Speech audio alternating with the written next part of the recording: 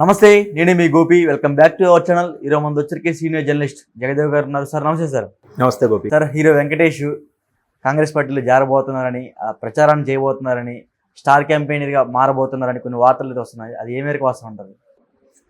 అది social media ఒక creativity ఏమో నా అభిప్రాయం. ఎందుకంటే వెంకటేష్ గారు ఎప్పుడు రాజకీయాలకు సంబంధించి ఎక్కడ స్టేట్మెంట్ ఇచ్చింది లేదు, మాట్లాడింది లేదు.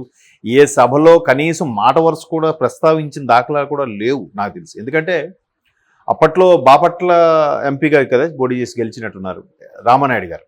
తండ్రి రామానాయుడు గారు టైంలోనే ఆయన ఎప్పుడు టీడీపీ తరఫున ఎంపీ అయ్యారు కదా ఒకసారి. అప్పుడే ఆయన ఎప్పుడు స్పందించలేదు, ఏ సభలకి వచ్చినట్టు కూడా నాకు తెలియదు. మేబీ బాపట్ల లోపల వరకు వచ్చారేమో, అప్పుడు మీడియా కూడా ఎంతగా లేదు కాబట్టి మరి ప్రచార హోరులో మనకు తెలియదు, అప్పుడు ఏజ్ కూడా చిన్నదే కాబట్టి. సో ఇప్పుడు ఆయన దేనికి కూడా, ఎందుకంటే మీరు గోపాల ఆడియో ఫంక్షన్ చూసినప్పుడు వెంకటేష్ పవన్ కళ్యాణ్ గారు కలిసి చేశారు. చాలా సందర్భాల్లో కొన్ని ఇంటర్వ్యూలు కూడా చెప్పారు. ఎక్కువగా ఆధ్యాత్మిక చింతన, బుక్స్ ఎక్కువ చదువుతుంటారు, ఆయన ఎక్కువ టూర్స్ అవి వెళ్తుంటారు ఎక్కడికైనా. ఎప్పుడు పవన్ కళ్యాణ్ గారు వెంకటేష్ గారు కలుసుకున్నా కూడా ఈ ఆధ్యాత్మిక సంబంధించిన ఇద్దరి మధ్యన ప్రస్తావనకు వస్తుంది తప్ప వేరే అంశాలు ఏవి రావు అని. సో ఈవెన్ కుటుంబ సభ్యులు కూడా, ఇప్పుడు వెంకటేష్ గారు నాకు తెలిసి 3 అమ్మాయిలు 1 అబ్బాయి అనుకుంటా. సో వాళ్ళు కూడా ఎక్కడైనా ఒక పార్టీలోనూ ఒక పెళ్లి వేడుకలోనూ కనబడినట్టుగాను, ఫొటోస్లో ఉన్నట్టుగా ఎక్కడ మనం చూడం. ఒక డిగ్నిఫైడ్గా ఇప్పుడు కూడా ఈవెన్ సురేష్ బాబు గారి ఫ్యామిలీ అయినా, వెంకటేష్ గారి ఫ్యామిలీ, సురేష్ బాబు గారి ఫ్యామిలీ అయినా ఎట్లా తెలిసిందంటే రానా గారు హీరో అయ్యారు కాబట్టి అదిగానే కొద్దిగా ఐడియా ఉంది, లేకపోతే ఎక్కడ ఫ్యామిలీ పరంగా రారు, అంత డిగ్నిఫైడ్గా ఉండే ఫ్యామిలీస్. అయితే వెంకటేష్ గారు ఇప్పుడు చేస్తారని కూడా ఇది సోషల్ మీడియా కథనం ఏమో అనుకుంటున్నాను. ఎందుకంటే ఇప్పుడు పవన్ కళ్యాణ్ గారి తరఫున చిరంజీవి గారు చేస్తారు అది ఇది అంటున్నారు, కానీ ఇంతవరకు ఏం క్లారిటీ లేదు. మేబీ రేపు మే ఫస్ట్ వీక్లో చేస్తే చెయ్యొచ్చు, కానీ చిరంజీవి గారు మేబీ వార్తలు వస్తున్నాయి, కానీ ఆయన ఎక్కడ press meet, Janasena press meet release చేసినట్టు కానీ చిరంజీవి గారు సందర్భంలో చెప్పినట్టు కూడా లేదు. అక్కడ సొంత తమ్ముడే, ఇక్కడ వియ్యంకుడు.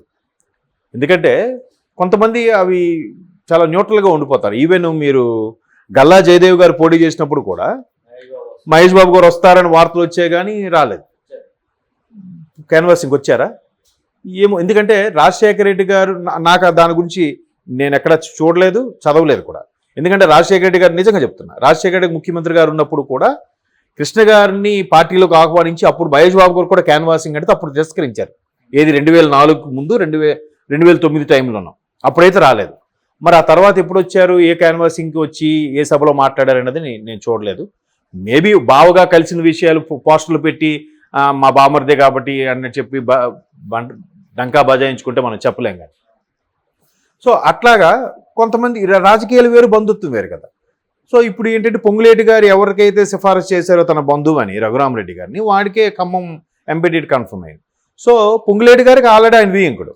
సో ఆయనకి ఇంకో కొడుకు వెంకటేష్ గారు అల్లుడు, పెద్ద కూతురు భర్త అని వార్తల్లో చూశాను నేను.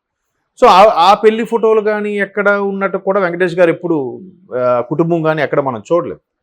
కాకపోతే వెంకటేష్ గారు వస్తారు వియ్యంకుడు కోసం అనేది ఒక వార్త మాత్రమే, బంధువు కాబట్టి, చుట్టరకం కాబట్టి. వెంటనే చెప్పాను కదా ఇందాక మహేష్ బాబు గారు కానీ, లేదంటే పవన్ కళ్యాణ్ గారికి చిరంజీవి గారు అని కానీ అంటున్నారు. మేబీ ఆల్రెడీ వరుణ్ తేజ్ వచ్చారు కాబట్టి. వరుణ్ తేజ్ వేరు, యంగ్ హీరో. బట్ చిరంజీవి గారు ఏంటంటే ఇండస్ట్రీ కావాల్సిన వ్యక్తి కాబట్టి, ఆయనకి అన్ని పార్టీలు ఒకటే అనే సెన్స్లో ఉంటుంది కాబట్టి, తమ్ముడు దీనికోసం వెళ్తే ఎలాగూ అనేది ఆయన 1-10 సార్లు ఆలోచించే వస్తారు. కాకపోతే కూటమి సభ్యుల్లో ఒకరైన సీఎం రమేష్ గారికి సపోర్టివ్గా మాట్లాడారు కాబట్టి ఆల్రెడీ మీడియా ముఖంగా. సో ఇక్కడ ఆయన గురించే మాట్లాడినప్పుడు పవన్ కళ్యాణ్ గురించి మాట్లాడితే తప్పేముంది అని కూడా సెన్స్ వస్తుంది, సొంత బ్రదర్ కాబట్టి. ఇక్కడ కూడా వియ్యంకుడు కాబట్టి పొంగులేటి గారు ఎలాగో క్యాన్వాసింగ్ చేస్తారు, రేవంత్ రెడ్డి గారు క్యాన్వాసింగ్ చేస్తారు ఆయన తరపున, వెంకటేష్ గారిని తీసుకొచ్చి క్యాన్వాసింగ్ చేయాల్సిన అవసరం ఏముంటుంది అనేది ఒక అభిప్రాయం. కాకపోతే ఖమ్మం అనేది అటు ఆంధ్రాకి తెలంగాణకి బోర్డర్లో ఉండే జిల్లా కాబట్టి కొద్దిగా వెంకటేష్ గారు క్యాన్వాసింగ్ చేస్తే ఏమైనా లాభం ఉండొచ్చు అనే ఉద్దేశంలో కాంగ్రెస్ అధిష్టానం ఆలోచించి పిలవాలి, కానీ వీళ్ళు రిక్వెస్ట్ చేస్తే మళ్ళీ వాళ్ళు ఇప్పుడు ఆల్రెడీ స్టార్ హీరో కదా వెంకటేష్ గారు, అంతే కదా. కాబట్టి వియ్యంకుడు కోసం అట్లా రారేమో నేను అనుకుంటున్నాను. మేబీ వార్తలు అయితే వస్తాయని అంటున్నారు, మరి అది మనకు అంతగా ఐడియా లేదు. సార్, అదే ఖమ్మం ఏరియాలో ఆ బట్టి విక్రమార్క గారి ఆ వైఫ్కి అదే ఎంపీ సీట్ ఇస్తారని కొన్ని వార్తలు వచ్చాయి. ఈ ఎంపీ సీట్ వచ్చేసరికి మళ్ళీ పొంగులేటి వాళ్ళకి అయితే వెళ్ళిపోయింది. సో ఎందుకు వెళ్ళిపోయింది అంటారు? అంటే ఆ జిల్లాలో పొంగులేటి గారికి బాగా పట్టుంది కాబట్టి పొంగులేటి గారు అయితే దగ్గరుండి గెలిపించుకుంటారనే ఉద్దేశంతోనే పొంగులేటి వెంకట గారికి నిలబెట్టానని ఒక వార్త. అండ్ మోర్ ఓవర్ అటువైపు బీఆర్ఎస్ నాయకులు కూడా నామా నాగేశ్వరరావు గారు కూడా మంచి అంటే సీనియర్ నాయకులు. సో మరోవైపు కేసీఆర్ గారు కూడా దగ్గరుండి నామా నాగేశ్వరరావు గారిని పెట్టుకొని మరి ప్రచారం చేసి ఏం చెప్తున్నారు, ఎలాగో అక్కడ సెంట్రల్లో కూడా కూటమి లాంటి ప్రభుత్వం వస్తుంది, మన అవసరం ఉంటుంది, ఖచ్చితంగా నామా నాగేశ్వరరావు సెంట్రల్ మినిస్టర్ అవుతారన్నట్టుగా కేసీఆర్ గారు ప్రజల్లోకి వెళ్తున్నారు. అంటే అది ఇండియా కూటమే ఎన్డీఏ కూటమే నేను చెప్పట్లే, ఈయన కేసీఆర్ గారు కూడా తెలివిగా. సో అటు ఆల్రెడీ ఎంపీగా 5 ఏళ్ళు చేశారు కాబట్టి నామా నాగేశ్వరరావు గారు ఆ సిట్టింగ్ ఎంపీగా ఉండే పట్టు వేరు.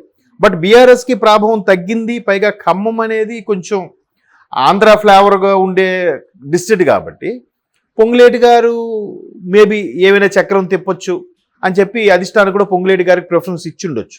సార్ అదే సీటు కాంగ్రెస్ సంబంధించిన రేణుకా చౌదరి కూడా ఆశించినట్టు కొన్ని వార్తలు ఇచ్చారు. అవును దాని గురించి ఏం చెప్తారు? పాప మామకి అన్యాయం జరిగినట్టే కదా. సీనియర్ నాయకులు వీళ్ళందరూ మొదట్లో అన్ని పదవులు అధిరోహించి చేసిన వాళ్ళు కదా. రేణుకా చౌదరి గారు అంటే సీనియర్లు, బాగా సీనియర్ ఆవిడ, పైగా మంచి పవర్ఫుల్ లీడర్ కూడా ఆవిడ. బట్ కొత్త వాళ్ళకి అవకాశం ఇద్దామని ఉద్దేశమో లేదంటే నెక్స్ట్ జనరేషన్ వేరే వాళ్ళకి కూడా ఇద్దామని ఉద్దేశం ఏంటో తెలియట్లేదు. ఇప్పుడు బట్టి గారికి వాళ్ళకి ఎవరు లేదంటే ఒకే కుటుంబంలో చూస్తారు కదా, ఇక్కడంటే బంధువు వేరే కుటుంబం అవుతుంది. మేబీ ఇక్కడ కూడా రిలేషనే అట్లా. ఇంకా అదే చెప్తున్నారు కదా, మా తమ్ముడికి, బావమరిదికి, వియ్యంకుడికి ఇట్లాగే కానీ కొత్త వాళ్ళకి అవకాశం ఇవ్వట్లేదు. అలాగే ఇప్పుడు రేణుకా గారు వీళ్ళందరూ కూడా ఒకప్పుడు ఎన్టీఆర్ గారు 80లో పెట్టినప్పుడు యంగ్ జనరేషన్, యంగ్ బ్లడ్, వాళ్ళు ఇది దూకుడు వేరు ఉండేది. ఇప్పుడు మళ్ళీ ప్రతి పార్టీ కూడా యంగ్ బ్లడ్ కోరుకుంటుంది, బట్ యంగ్ జనరేషన్ అంతగా రావట్లే. పాత నాయకులే వాళ్ళే పార్టీలు మారుతున్నారు తప్ప కొత్తగా నాయకులు రావట్లేదు. చూడండి, చాలా అరుదు. డబ్బు లేక లేకపోతే ధైర్యం లేక, రెండును. డబ్బు, ఓపిక, సహనం మెయిన్. ఇప్పుడు జనరేషన్ రాకపోవడానికి ఒక రీజను రాజకీయాలంటే ఒక రకమైన చెడు అభిప్రాయం ఉండడం, రెండవది ఓపిక ఉండట్లేదు ఇప్పుడు జనరేషన్ వాళ్ళకి. అంటే ఏదైనా కొట్టేయాలి, చేసేయాలి, ఒకసారి విసిగిపోతే రాకపోతే ఇంకా అయిపోయిందిరా లైఫ్ అని ఫీల్ అయిపోవడం, ఇట్లాగే ఉన్నాయి కదా ఇప్పుడు జనరేషన్ వాళ్ళు. బట్ అప్పుడు అలా కాదు కదా. సరే ఈసారి ఓడిపోయాం, నెక్స్ట్ గెలుస్తాం, నెక్స్ట్ ఓడిపోయాము నెక్స్ట్ గెలుద్దాం, లేకపోతే నామినేషన్ పోస్ట్ ఏదైనా తీసుకుందాం, లేదంటే ఇంకెవరు, ఇట్లా ఉండేవారు ఆ జనరేషన్ వాళ్ళు.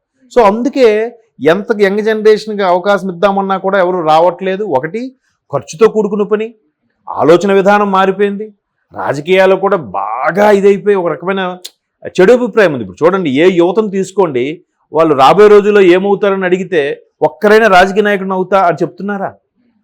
సైంటిస్టు, డాక్టరు, ఇంజనీరు, పెద్ద బిజినెస్ మ్యాను, లేదంటే నేను ఒక మంచి యాప్ క్రియేట్ చేద్దాం అనుకుంటున్నాను, లేదా మంచి ఎంటర్ప్రీనర్గా మారుదాం అనుకుంటున్నాను, లేదా ఒక ఛానల్ పెడదాం అనుకుంటున్నాను, ఇలా మీడియాలోకి వెళ్దాం అనుకుంటున్నాను, ఇలా చెప్తున్నారు తప్ప నేను ఒక మంచి రాజకీయ నాయకుడిని అవుతా, మంచి సమాజానికి సేవ చేస్తాను ఒక్కరేం చెప్తున్నారా? చెప్పట్లేదు కదా. అంటే వాళ్ళ తల్లిదండ్రులు వాళ్ళు పెంచకపోవడం వల్ల అట్లా వస్తుందంటారు. రెండును. ఇప్పుడు దట్టుకు ఖర్చు కూడా ఎలా ఉంది, బీభత్సంగా ఉంటుంది. ఒక ఎంపీ సీటుకు పోటీ చేయాలంటేనే కనీసం 60-70 కోట్లు ఖర్చు అవుతుందంట. ఎక్కడి నుంచి తీసుకొస్తారండి? అది ఒక నియోజకవర్గం 5 ఏళ్ళు బడ్జెట్ అవుతుందేమో నాకు తెలిసేది, అంతే కదా. ఒక అసెంబ్లీ నియోజకవర్గంకి ఒక 5 ఏళ్ళకి సరిపడే బడ్జెట్ అది. ఆ ఖర్చు పెట్టే బదులు ఆ పనులన్నీ చేసేస్తే అయిపోద్ది కదా. బట్ అలా ఆలోచిస్తే అది వేరే వెర్షన్, అది ట్రాక్ ఇంకోలాగా వెళ్ళిపోతుంది.